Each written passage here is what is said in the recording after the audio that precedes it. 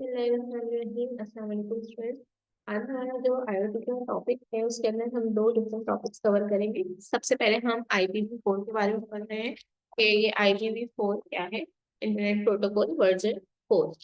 अच्छा, ये जो टॉपिक है आपका, आपकी PDF file internet of things topics for file, इस PDF फाइल के अंदर मौजूद है and the page number is 15। So we start our topic IoT identification and data protocols. IP version 4 addresses are 32 bit integers. अच्छा, ये IPv4 क्या है, पहले मैं आसान वर्डिंग्स में आपको एक्सप्लेन कर दूं कि हमारे पास एक एड्रेसिंग होती है। जैसे कंप्यूटर की आईपी होती है, हर पीसी की अपनी आईपी है, समझ लेंगे एक यूनिक आइडेंटिफिकेशन है। अगर आप लोग डेटाबेस का कोर्स पढ़ते हैं तो आपको ये आइडिया होगा कि हर चीज को यूनिकली डिफाइन करने के लिए उसको एक कोड दे दिया जाता है जिसको हम प्राइमरी की कहते हैं, और उससे हम आइडेंटिफाई कर सकते हैं कि ये जो है एक अलग पर्सन है या ये एक अलग ऑब्जेक्ट है। फॉर एग्जाम्पल, आपकी क्लास में 3 चेयर्स रखी हुई है या 100 चेयर्स रखी हुई है और टीचर कहेंगे चेयर लेकर आओ। अब आपको नहीं पता चलेगा कि वो कौन सी वाली चेयर लेकर आने में, आपने एक चेयर उठा दी, कहने लगे नहीं मैंने ये वाली चेयर नहीं मंगवाई, चेयर लाओ। आप दूसरी चेयर ले गए, तीसरी ले गए, लेकिन वो जो चेयर मंगवाना चाह रहे हैं वो इशारे से बता भी नहीं पा रहे। लेकिन अगर उन तमाम चेयर्स के ऊपर टैगिंग हुई हो, जैसे अगर आप अपनी यूनिवर्सिटी की क्लासेस में भी देखें तो ये जो आपके ऑर्डर पे चेयर्स वहां पे आती हैं तो उन सब पे टैग्स लगे हुए हैं। अभी मेरे सामने भी कुछ चेयर्स रखी हुई हैं, हर चेयर पे टैग लगा हुआ है और हर चेयर का एक अलग नंबर है, क्योंकि उन्होंने ऑर्डर दिया होता है एक चेयर को गिनना काउंट करना। तो वो इस तरह से काउंट होता है कि इतने से इतने की सीरीज आ गई है, इतने से इतने नंबर की सीरीज आ गई है, तो हमारे पास ये चेयर्स कंप्लीट होती है। ये किसी चेयर में कोई डिफॉल्ट आ गया है तो वही टैग नंबर बता देंगे कि इस टैग नंबर की चेयर के अंदर इसकी जो है बैलेंसिंग सही नहीं है, या इसका कलर आउट है, या इसका मटेरियल ठीक नहीं है। तो ये चीज होगी। इसी तरह से हमारे पास जब हम इंटरनेट की बात करते हैं या प्रोटोकॉल्स की बात करते हैं तो यहाँ से डाटा पैकेट्स हमने पढ़ते हैं, सेंसर्स तो डाटा रिसीव कर लेते हैं, लेकिन आगे क्या होता है, उनकी प्रोसेसिंग होती है, डाटा के पैकेट्स बनते हैं, उन डाटा के पैकेट्स आगे ट्रांसफर होते हैं। कौन सा पैकेट पहले आ रहा है, कौन सी बात हमने पहले की थी, कौन सी बात बाद में की थी, कहीं ये पैकेट आपस में मिक्सअप ना हो जाए, तो इसलिए इनका जो है हर पैकेट का IP नंबर होता है। अब IP जो वर्जन है, या वर्जन 4 IP है, 32 बिट का इसका एड्रेस होता है। हर एड्रेस की हर बिट जो है कुछ ना कुछ रिकमेंड कर रही होती है, कुछ ये इंडिकेट कर रही होती है कि ये पैकेट नंबर ये है, या इस पैकेट की स्ट्रेंथ या लेंथ इतनी है। और आगे चीजें हम देखते हैं कि ये हर जो इसका 32 बिट है ये मजीद डिवाइड हुआ होता है बाइट्स के अंदर, कि हर बाइट कैश होता है। IPv4 cloud via 32 bit IP address, it could be a numeric address, its bits are separated by a dot। और इनकी बिट्स कैसे सेपरेटेड होती है, बाय अ डॉट होती है, लिखा होता है ना, 1.2.3.255 या 255.255.255, ये इसका सबनेट मास्क कहलाता है। जब आप पीसी की सेटिंग्स में जाते हैं तो आपको अपने पीसी का IP एड्रेस पता चल जाता है, और वो IP एड्रेस भी इस तरीके से लिखा हुआ होता है।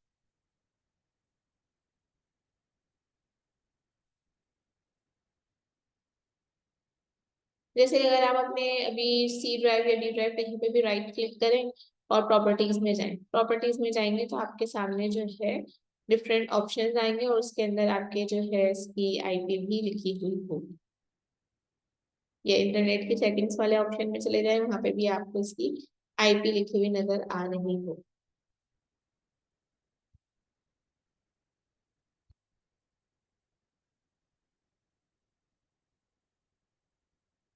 आगे बात करते हैं, हम कहाँ तक पहुंचे थे। IPv4 डाटाग्राम हेडर कहलाता है ये, ठीक है, इसको इस तरह से ड्रॉ किया जाता है और ये इसकी बाइट्स में हमने इसे कन्वर्ट कर दिया। 4 बिट्स इक्वल्स टू निबल और 8 bits is equals two bytes. ठीक है, एक जो खाली करेक्टर होता है क्या कहलाता है, बिट कहलाता है। चार आपस में मिला दो बिट्स तो वो निबल कहलाती है, और 0 से 8 तक की बात करें तो 8 बिट्स मिलके क्या बनाती है, बाइट बनाती है। तो वर्जन IHL, और ये आगे हमारे पास क्या, type of service, this is the total length, और ये है आइडेंटिफिकेशन, फ्लैग्स 0 है या 1 है, फ्रेगमेंट ऑफसेट, हेडर चेकसम। अच्छा, ये हेडर चेकसम क्या है, ये सब कुछ प्रोटोकॉल्स होते हैं क्योंकि नेटवर्किंग में आप पढ़ते हैं, DCCN में पढ़ते हैं, जिसके अंदर ये डिटरमाइन किया जाता है। ये आपसे पूछा जा सकता है कि हेडर चेकसम क्या करता है, आप इसकी एक डेफिनेशन से अपने पास प्रिंटेड कर ले, इसका प्रोसीजर नहीं करना, ठीक है, क्योंकि वो हमारे कोर्स का पार्ट नहीं है। हेडर चेकसम ये करता है कि आपके पास बिट्स में जो डाटा ट्रांसफर हुआ है उसके ऊपर एक एल्गोरिथम अप्लाई करके वो देख लेता है कि क्या क्योंकि इनपुट के डाटा आगे जाता है, क्या हम जब कन्वर्जन कर रहे हैं तो हमें सही डाटा रिसीव हो रहा है या नहीं हो। इससे हम ये भी डिटरमाइन कर सकते हैं कि जो डाटा हमको रिसीव हुआ है कहीं उसके अंदर से कोई बिट हमें रॉन्ग, जैसे 0 की जगह 1 रिसीव हो गई है, 1 की जगह 0। तो ये सारी चीजें हम हेडर चेकसम के जरिए फाइंड आउट करते हैं। इसका प्रोसीजर ओपन करके देख लेगा, उसको कोई मैं ये नहीं कह रही कि आप एग्जाम के लिए प्रिपरेशन करें, लेकिन जस्ट आपको पता होना चाहिए कि हेडर चेकसम ये चीज अगर आपने नेटवर्क कोर्स में नहीं पढ़ा है, क्योंकि आई थिंक नहीं, आप लोग बीसीएससी वाले हैं तो आपको डीसीसीएन वगैरह पढ़ाया जाएगा, तो उसके अंदर हेडर चेकसम इंक्लूड है। ठीक है, इसके प्रोटोकॉल कौन सा प्रोटोकॉल फॉलो कर रहा है, टीटीएल टाइम टू लाइव, ये जो पैकेट जा रहा है इसका हमने कितने सेकंड्स की टाइमिंग दी है कि कितने सेकंड्स में अलाइव रहेगा पैकेट, और अगर उसको आगे से रिसीवर ने रिसीव नहीं किया तो ये जो पैकेट है ये डिस्ट्रॉय हो जाए। सोर्स आईपी एड्रेस, कौन से आईपी एड्रेस से डाटा आ रहा है, यानी कौन से पीसी से डाटा आ रहा है, कौन से सर्वर से आ रहा है उसका आईपी एड्रेस, और किस आईपी एड्रेस पर उसको जाना है ये उसका डेस्टिनेशन एड्रेस। उनके ऑप्शन है, कोई एक्स्ट्रा इन्फॉर्मेशन ऐड करनी है तो इसमें आती है, मतलब ये वाली जो बिट्स या बाइट्स हैं वो उसको शो करती है।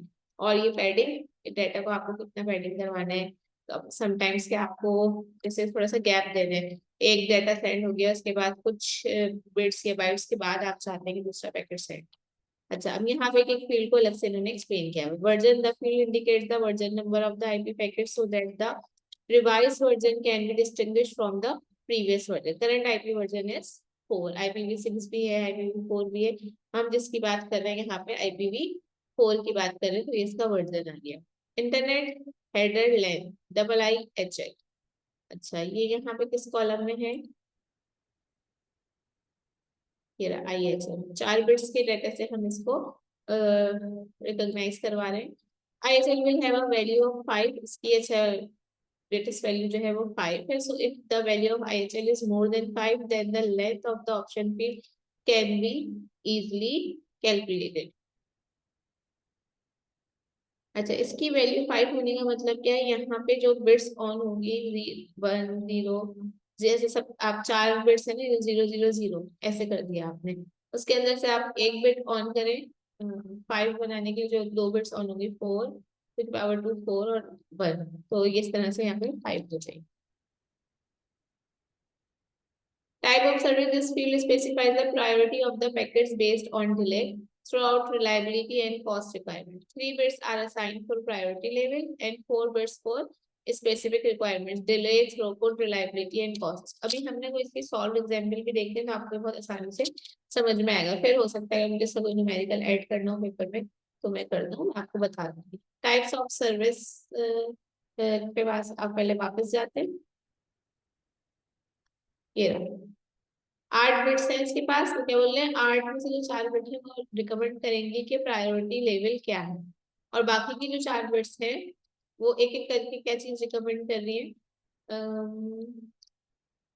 डिले ऑन कर देंगे उस बिट को, अगर हमें डिले देना है 1 कर देंगे, थ्रूपुट 0 या 1, रिलायबिलिटी, कॉस्ट, बाकी की 4 बिट्स आपको ये बताने हैं। Total length, this field specifies the number of bytes of the IP packet including header and data. अच्छा जी, टोटल लेंथ जो है उसके अंदर वो बताएगा जो आईपी का पैकेट जा रहा है इसके अंदर डाटा कितनी बिट्स का है, हेडर कितनी बिट्स है, टोटल लेंथ कुछ नहीं बन रही है। As 16 bits are assigned to this field, और 16 बिट्स जो है वो इस फील्ड को असाइन है। Maximum length of the packet is this one.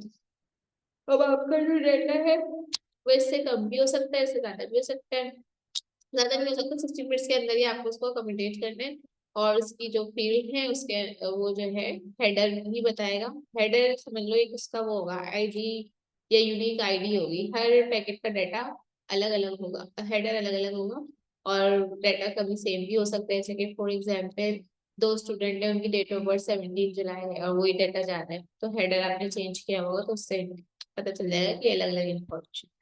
Identification field is used to identify which packet a particular fragment belongs to. So, कौन सा packet किस फ्रेगमेंट से बिलोंग करता है, that fragments for different packets don't get mixed up.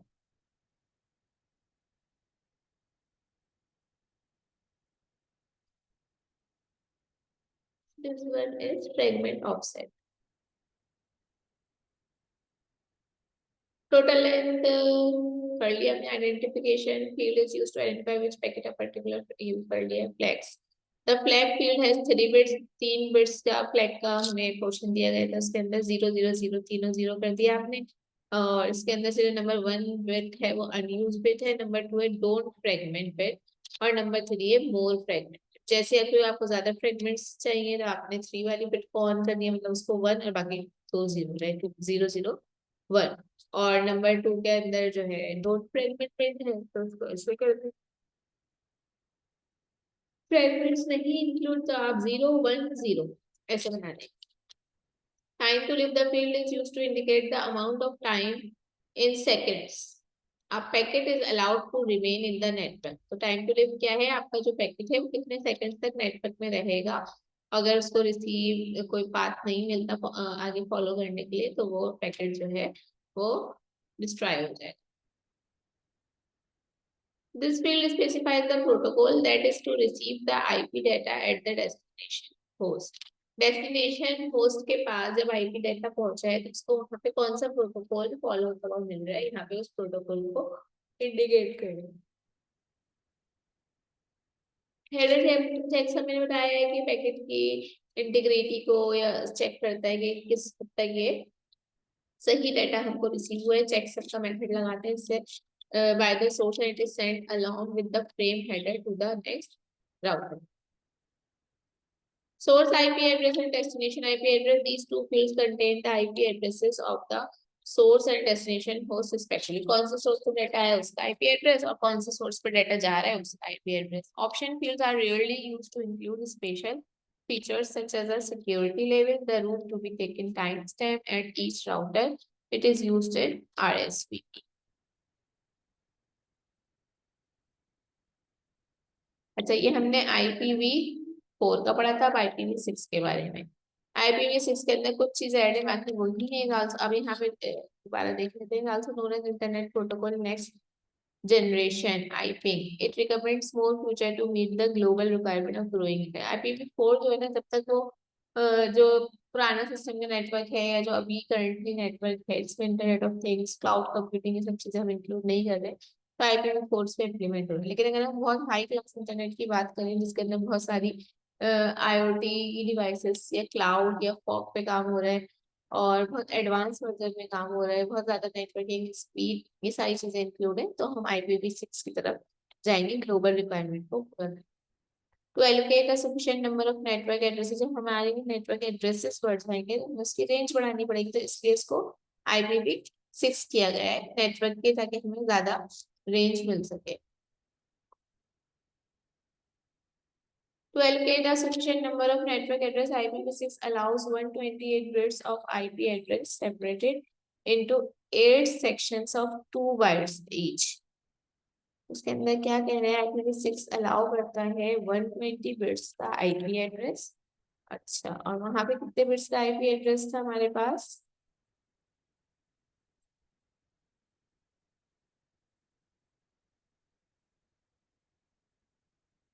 32 bit का IP address था, ठीक है। तो उसके 32 ही टू की पावर 32 सेट्स बन सकते थे, लेकिन IPv6 के अंदर हमने एड्रेस रेंज बढ़ा दी और हमारे पास जो है 128 बिट्स का IP एड्रेस मौजूद है। IP एड्रेस जो है ऐसा अभी अलग अलग डॉटेड डॉटेड डले हुए, क्या मतलब है, FA200 से 4 तक ये इसको बता रहा है। B120 ट्रैफिक क्लास ये इसको इंडिकेट कर रहा है, ठीक है। फिर 16 से 16 टू 24 और 24 टू 30 में ये हमारे पास ये चीज इंडिकेट हो रही है।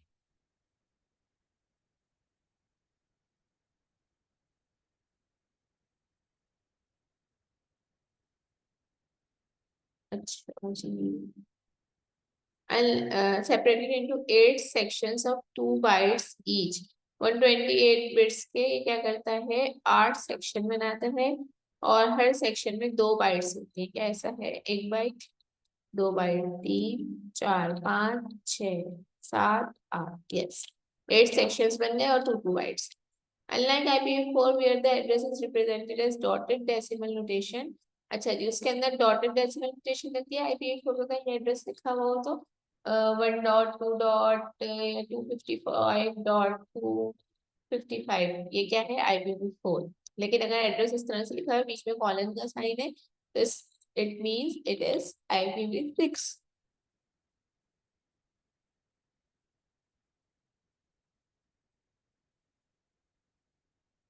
IPv6 packet format. Version, traffic class, flow label, payload length, next header, source IP address, destination IP address, or this. This field is 4 bits long and it defines the version of the IP packet.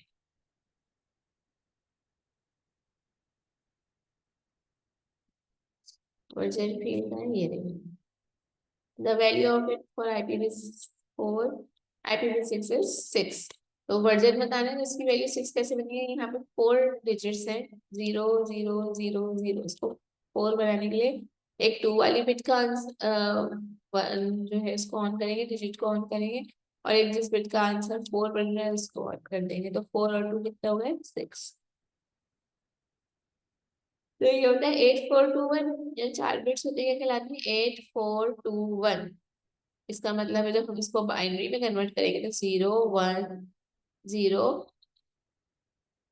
नहीं 0 1 1 0, यानी 4 और 2 on हो गए और 0 और 0 close. Traffic class, this field is 20 bits long and it is used to distinguish between the different requirements for real time delivery services. तो जो traffic class है वो हमें बताती है 20 बिट्स पे इसका डेटा बता रहे हैं वो 4 से 12 तो 8 बिट्स का डेटा है. और जो भी 8 बिट्स का ही हो रहा है. Maybe it's a mistake. You can confirm it from the internet. अच्छा.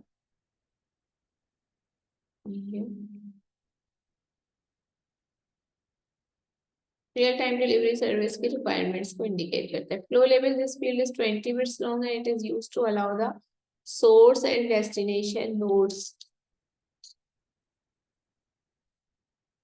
इस सोर्स और डेस्टिनेशन नोड्स को कहते हैं कि अपने दरमियान में कनेक्शन डेवलप कर लो with particular properties and requirements. It is designed to provide spatial handling of a particular flow of data.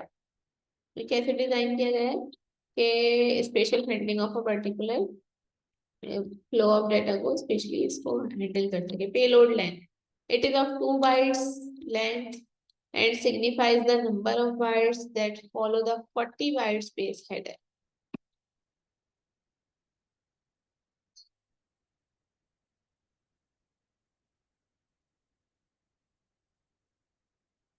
ये आप लोग जरा ये तीनों चारों चीजें पढ़ें, फिर मैं इसको एक्सप्लेन करती हूँ फ्लो लेवल से लेके सोर्स एड्रेस तक कि किसका क्या काम.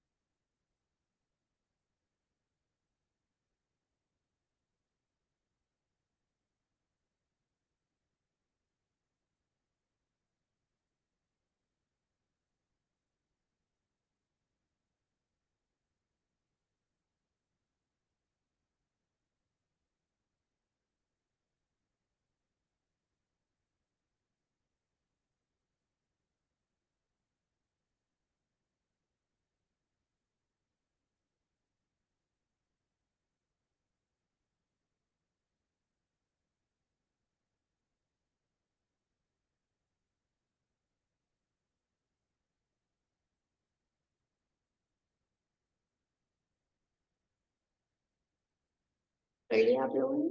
अच्छा जी, flow level in this field is 20 bits long and it is used to allow the source and destination nodes to set up a pseudo connection with particular properties and requirements.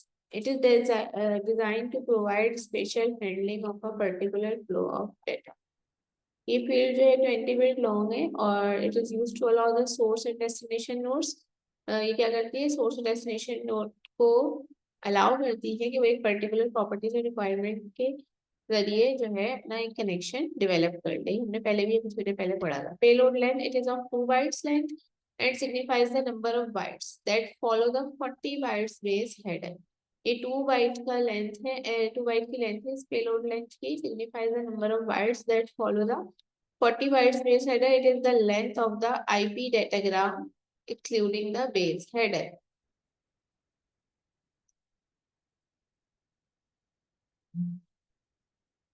Next header क्या है? This field is of 1 byte. Next header क्या है? This field is of 1 byte length and it defines one of the extension headers.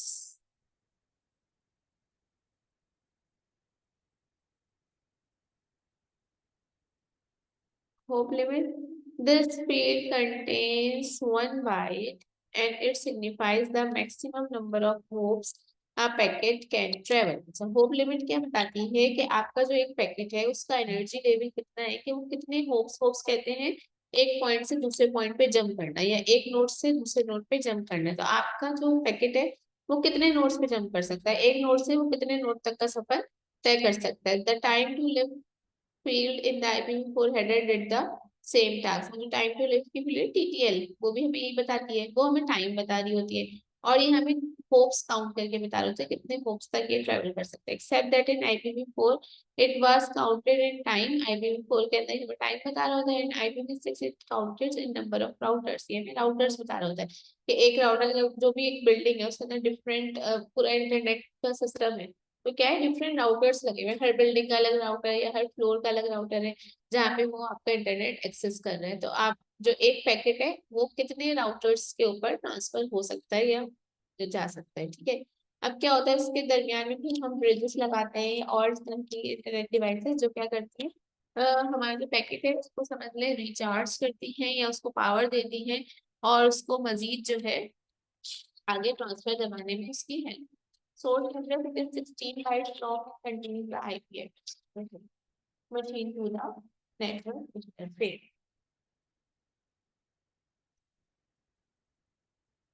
Destination address, it is 16 bytes long, usually contains the IP address, the ultimate destination machine to the network interface. In case of a specific routing, it may contain the IP address to the next router. Extension header क्या होता है? Some of the fields IPv4 that are missing in IPv6 is necessary in some of the cases. अच्छा ठीक, IPv4 के अंदर कह रहे हैं कि कुछ चीजें नहीं थी जो कि अब IPv6 के अंदर रखी गई है और IPv6 has introduced the concept of extension header. तो इसके अंदर extension header की फील्ड इंट्रोड्यूस करवाई गई है। There may one or more of the 6 possible extension headers. These headers appear directly after the base header. जब आपका एक base header आता है उसके बाद ये एक extension header उसके साथ ऐड होकर आता है। अब जब हम इसकी कोई सॉल्व एग्जाम्पल खोल के देखते हैं तो जिससे आपको समझ में आएगा कि यहाँ पे डाटा किस तरह से फिट होता है। IPv4 का देख लेते हैं पहले, फिर IPv6 का देखेंगे। MQTT और ये सब चीजें तो हम पिछले उसमें पढ़ सकते हैं, पढ़ चुके हैं। लोरल वैन और इस तरह के जितने भी प्रोटोकॉल्स थे। यहाँ पे एक MQTT ब्रोकर की जो है पिक्चर बनी हुई के एक किस तरह से काम कर रहा है देख लेते हैं। टेम्परेचर सेंसर है जिससे सेंस किया कि 30 डिग्री सेंटीग्रेड उसके पास डाटा, 30 डिग्री सेंटीग्रेड में उसने क्या मोबाइल डिवाइस के पब्लिश किया और जो है लैपटॉप के अंदर डाटा सेंड किया और ये मैसेज क्यों है, पहले ये डाटा जा रहा है फिर ये फिर ये फिर ये। The protocol uses a publish subscribe architecture. HTTP uses a request to response paradigm। अच्छा जी, ये किस तरह से काम करता है रिक्वेस्ट HTTP के पहले रिक्वेस्ट कोई भेजता है जिसने सब्सक्राइब किया है MQTT से हमको डाटा लेना है या इसने रिक्वेस्ट मांगी है टेम्परेचर कितना है, उसके बाद इसके पास डाटा जाएगा।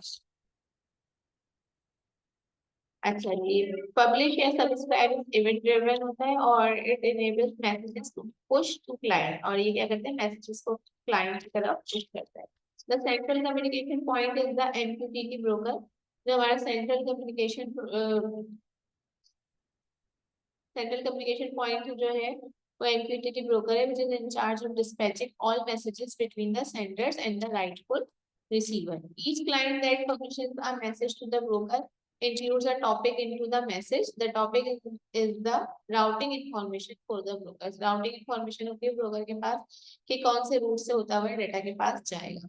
अच्छा, नेटवर्किंग के फिर काफी प्रोटोकॉल्स भी होते हैं कि कौन से शॉर्ट पहले कैलकुलेट करेगा शॉर्टेस्ट पाथ कौन सा है, चार राउटर्स लगे 1 2 3 4, और इसको ये फिफ्थ राउटर पे जाना है और इनके आपस में कोई ना कोई कनेक्शन हुए हैं और हमारी डिवाइस यहाँ पे मौजूद है, सॉरी पैकेट यहाँ पे मौजूद है। डाटा यहाँ पहले 1 पे जाए, फिर 2 पे जाए और फिर 5 पे चला जाए, या डाटा जो है 1 पे जाए और 1 से कोई डायरेक्ट लिंक जो है 5 का भी बन रहा है तो डायरेक्ट यहाँ चला जाए। जितने होप काउंट कम होंगे डाटा उतनी जल्दी ट्रांसफर होगा, और जो भी डाटा की रिलायबिलिटी के टाइम वो नेटवर्क में रहेगा ना, उसको डर होगा कि अटैकर्स उस पर अटैक करके डाटा के पैकेट को लॉस भी कर सकते हैं, डाटा का जो इंफॉर्मेशन है वो स्टील भी कर सकते हैं। तो इस चीज से बचने के लिए हमें होप काउंट कम रखना है। होप काउंट कम होगा तो डाटा की स्पीड भी फास्ट हो जाएगी।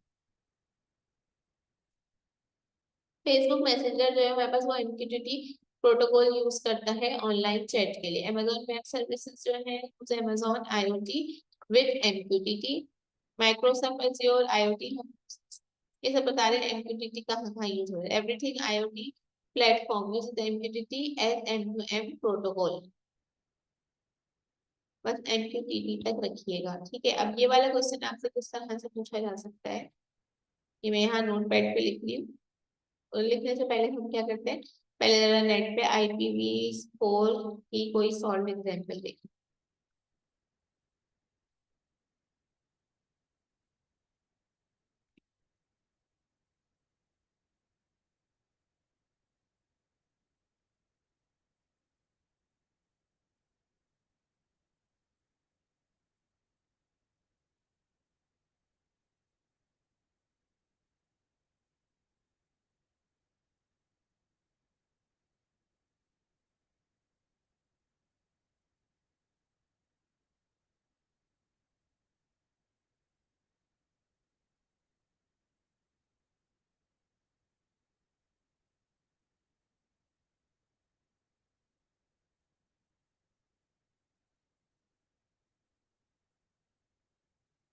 इसके अंदर अगर डायग्राम न्यूमेरिकल पार्ट हो तो उससे क्या होता है, स्टूडेंट्स का टाइम बचता है, बहुत सारा लिख लेंगे।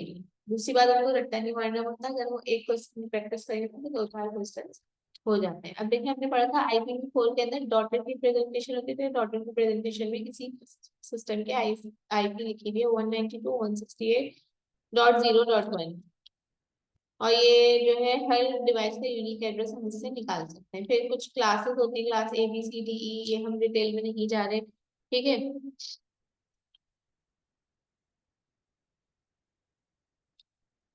और इसका पर्पस क्या होता है, IPv एड्रेस का ही पर्पस आपको पता होना चाहिए। It uniquely identifies a device on a network. अच्छा, मैंने पहले भी आप लोगों को बताया था, whenever you listen YouTube video of my video or another video, you should have notebook और पेन in your hand। जब भी आपको कोई बात ठीक लगे, अच्छी लगे, समझने की लगे, या आपको लगे कि ये बात जो है इस लेक्चर की इम्पोर्टेंट है, you have to write down. At the time of examination आपको पूरी पूरी वीडियोस देखने की जरूरत नहीं पड़ेगी, बल्कि आप क्या करेंगे, अपने नोट्स आपने प्रिपेयर करे हुए आपको देखेंगे, फिर मजीद उसके एक्सप्लेनेशन चाहिए, लिखा हुआ भी समझ नहीं आ रहा तो फिर आप वापस उस वीडियो को जाके ओपन करेंगे। जब भी कोई वीडियो देखने बैठे आप नोटबुक के ऊपर उस वीडियो का नाम लिखें, उसकी डेट वगैरह जो वो डालें, ताकि आपको पता हो कि ये जो डाटा मैं नोट डाउन कर रहा हूँ अपनी डायरी के ऊपर, वो मैंने इस वाली वीडियो से लिया है। और फिर अगेन अगर आपको रेफर करने की जरूरत पड़े तो आप वो वीडियो ओपन करें, बट एग्जाम्स के टाइम के ऊपर बैठ के वीडियोस देखने की जरूरत नहीं है, सारे काम पहले से करने हैं। एग्जाम के टाइम पे आपको लेक्चर रिवाइज करना है, जो क्वेश्चंस बोले गए हैं उन क्वेश्चंस को एक जगह एक पेज पे जमा करते जाए, और उसके आंसर्स आप प्रिपेयर करते रहे जब भी आपने नोट्स बनाने बैठे। एक फायदा या एक पर्पस क्या है IPv4 एड्रेसिंग है, uniquely identifies the device on a network, आपके नेटवर्क की कौन सी डिवाइस की आप बात कर रहे हैं। Location address. It indicates where a device is located within a network, making data. Peak में है इंटरनेट डिस्कनेक्ट हो गया था, दोबारा कनेक्ट हो चुका है।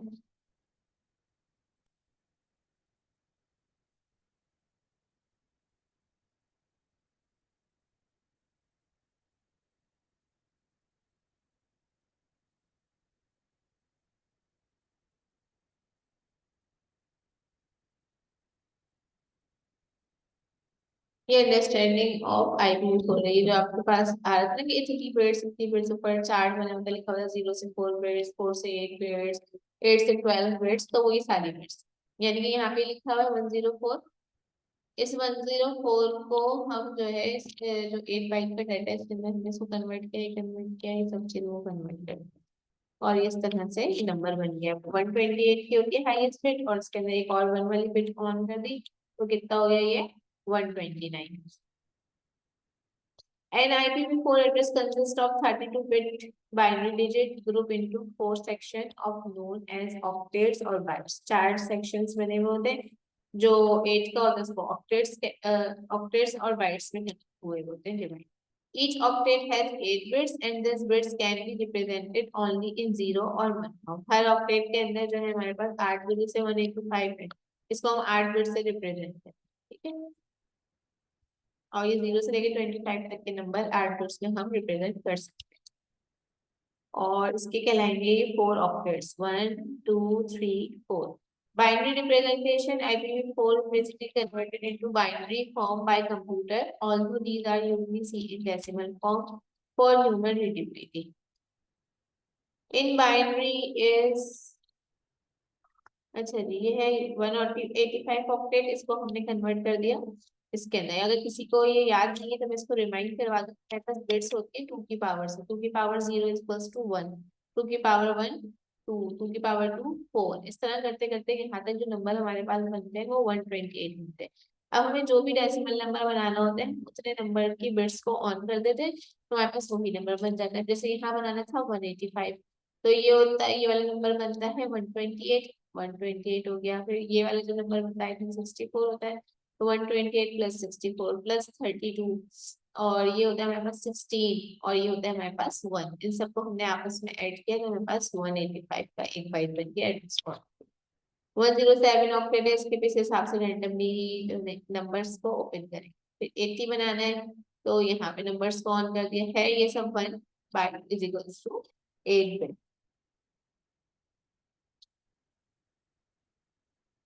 अब इसमें नेटवर्क पार्ट कौन सा है, होस्ट पार्ट कौन सा है, और subnetting mask. The network part indicates the distinctive variety that's appointed to the network.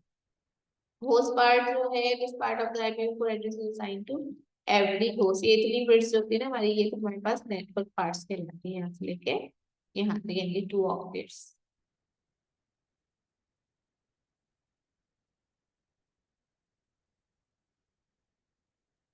ये वाला चार्ट था आपका, ये मैं आपको ये समझाना चाह रही हूँ, कोई डाटा मिल जाए जिसके अंदर फिट करके दिखाया जा सके।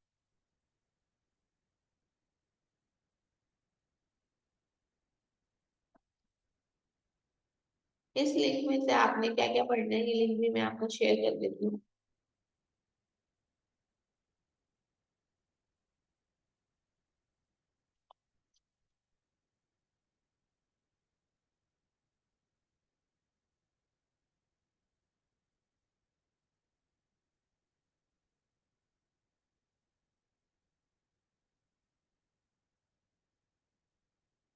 बाइनरी रिप्रेजेंटेशन आपको करके दिखानी है IPv4 एड्रेस पॉइंट, ये है।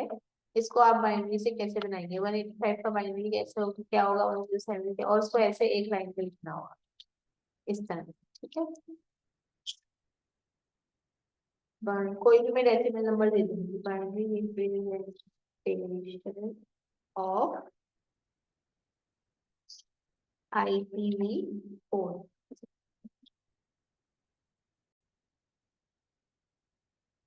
Again, it was disconnected and connect again.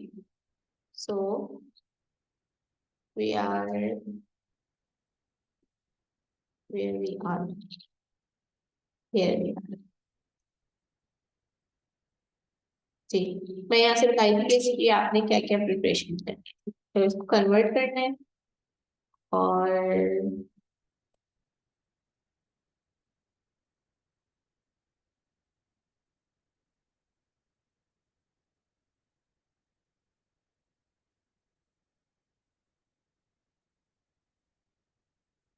Purposes, to main purpose.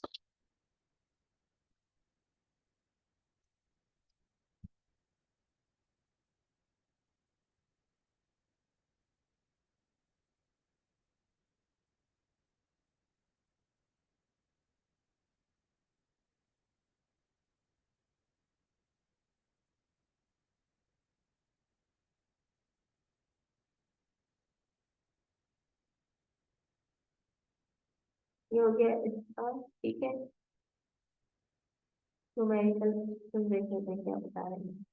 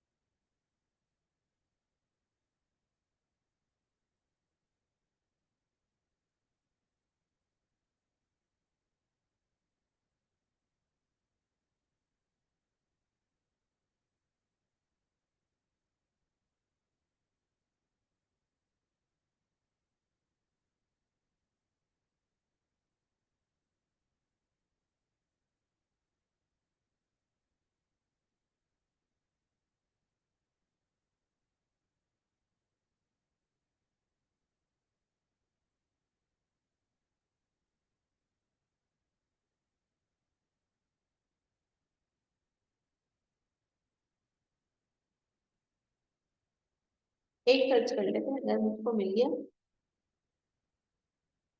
तो ठीक, वरना है हम इस वाले लेक्चर को क्लोज करेंगे और एक नया लेक्चर रिकॉर्ड करेंगे जिसके अंदर नया टॉपिक होगा।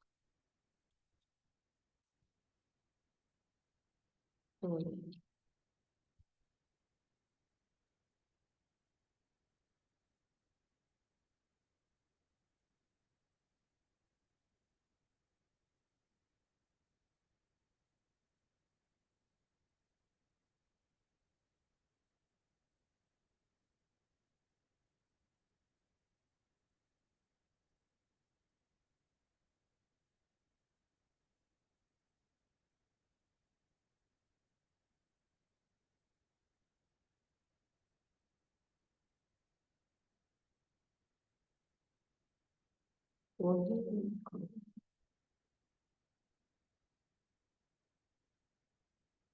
और मैंने आपसे आज की क्लास का जो है एजेंडा आपकी पूरी क्लास में शेयर किया था। पेज नंबर वगैरह सब चीजें वहाँ लिख दी है। वो पेज नंबर देख लेंगे।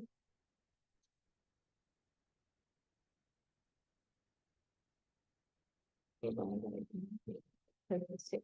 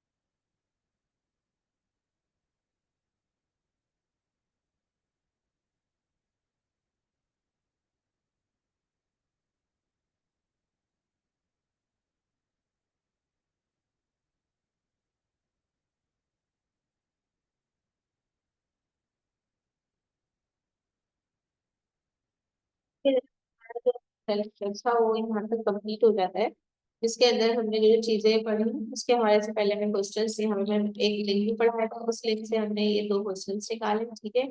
और इसके अलावा IPv4 और IPv6 का जो टॉपिक आज रीच किया है उसमें किस तरह के क्वेश्चन आ सकते हैं। Draw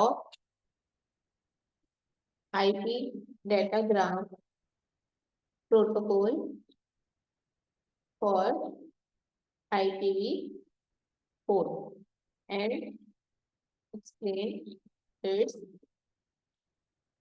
fields। मतलब क्या है इसका कि आपको क्या करना है इसके अंदर, पेज नंबर IP16 का, यस, आपको ये IPv4 का डाटाग्राम प्रोटोकॉल बताना है, उसकी हर फील्ड के बारे में बताने के ये फील्ड क्या इंडिकेट करती है, ये फील्ड क्या इंडिकेट करती है, इस तरह सारी चीज।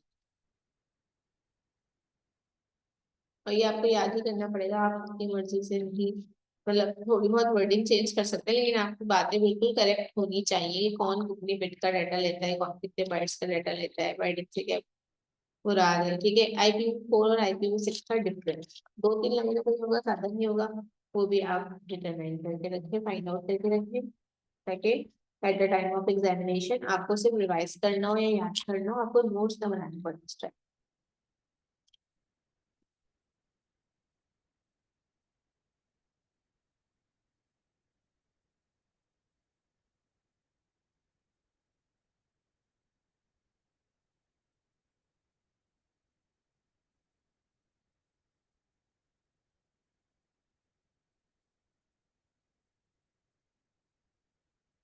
एक और एक पहले होमवर्क दिया था मैंने एग्जाम के बाद मिड टर्म के, और आपसे ये भी कहा था कि मिड टर्म का एग्जाम का जो क्वेश्चन पेपर है वो आप लोग अपने अपने पास सॉल्व करें दोबारा से और मुझे दिखाएं।